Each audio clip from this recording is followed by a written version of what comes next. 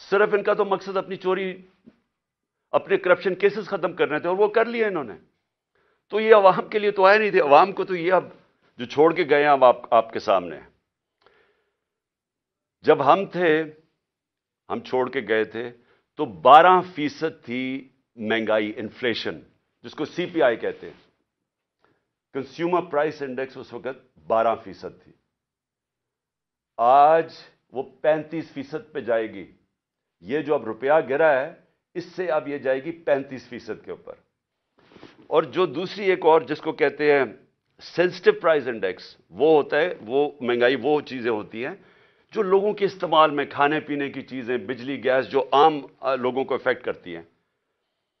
وہ ہمارے دور میں ہم 16 روپے چھوڑ کے گئے تھے. اور یہ یاد رکھیں تب قیمتیں سب سے اوپر تھی ساری. یہ جو گھی کی امپورٹس تھیں، یہ ایڈیبل آئل، یہ سب سے اوپر تھا. تو ہم اس پیک کے اوپر تھے تو تب وہ 16% تھی. یہ اب جائے گی 45 سے 50%. یعنی پاکستان کی تاریخ کے اندر یہ سب سے زیادہ مہنگائی ہوگی. اور جو چیزیں امپیکٹ ہو. اچھا، اسی دور میں صرف آپ کو بتا دوں، ہمارے دور میں 12% مہنگائی تھی. اس وقت ہندوستان میں 7% تھی. آج پاکستان میں 35% پہ چلی گئی ہے، ہندوستان میں 6% آ گئی ہے. تو وہاں مہنگائی کم ہوئی ہے. کیوں مہنگائی کم ہوئی ہے؟ کیونکہ انٹرنیشنل یہ جو کموڈیٹی سپر سائیکل ہے، قیمتیں نیچے آ گئی ہیں. تو وہاں 7 سے 6% آ گئی ہے، ہمارا 12 سے 35% پہ گئی ہے.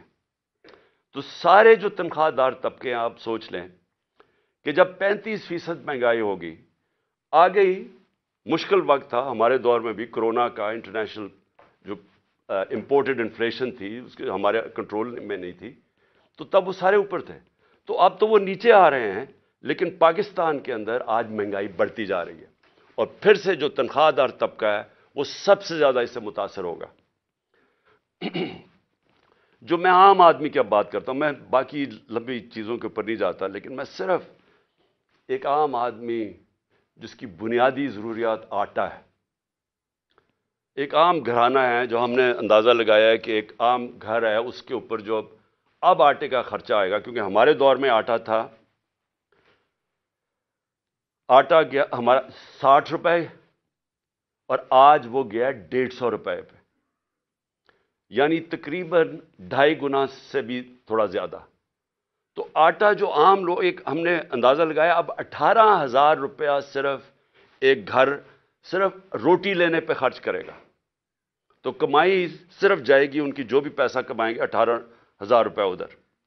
جو عام آدمی استعمال کرتا ہے، پیاز ہمارے دور میں 44 روپے کلو تھا، آج وہ چلا گیا 230 روپے کلو. تو اگر روٹی آ بھی گئی تو اس کے لیے، پیاز کے لیے آپ کے سامنے، اور مرغی دگنی ہو گئی. اب بجلی پہ آ جائیں. دیکھیں بجلی جو ہے نا، یہ آپ سمجھ جائیں کہ یہ اب آ گئی. جو بجلی کے بل ہیں، لوگ پہلے سے شور مچا رہے تھے، ہمارے دور میں بھی لوگ شور مچا رہے تھے، کیونکہ بجلی سب کو افیکٹ کرتی ہے. تو ہمارے 16 روپے یونٹ بجلی تھی تب، آج 36 روپے یونٹ ہے. لیکن اب اس کے یہ جو روپے گرنے کے بعد یہ پہنچ جائے گی، اس میں 8 روپے یونٹ مزید اضافہ ہوگا. گیس 47% گیس کی قیمتوں میں اب اضافہ ہوگا. اور ایک یہ سوچ رہے ہیں، ان کو کہا جا رہا ہے کہ آپ پچھلی جولائی سے گیس کی قیمتیں وصول کریں، 47% بڑھا کے ان کو وصول کریں. اس کا امپیکٹ عام لوگوں کو تو میں نے بتا دیا آپ کے اوپر کیا ہوگا، لیکن میں اب آپ کو بتاؤں کہ اس کا امپیکٹ پوری معاشرت کے اوپر کیا ہوگا. سب سے بڑا اس کے اوپر امپیکٹ ہوگا پاکستان کی گروتھ ریٹ. یعنی جو دولت میں اضافہ ہوتا ہے، جس کو گروتھ کہتے ہیں دولت میں، وہ اس پہلے گر رہا تھا. انڈسٹری بند ہو رہی تھی، کسان متاثر تھا.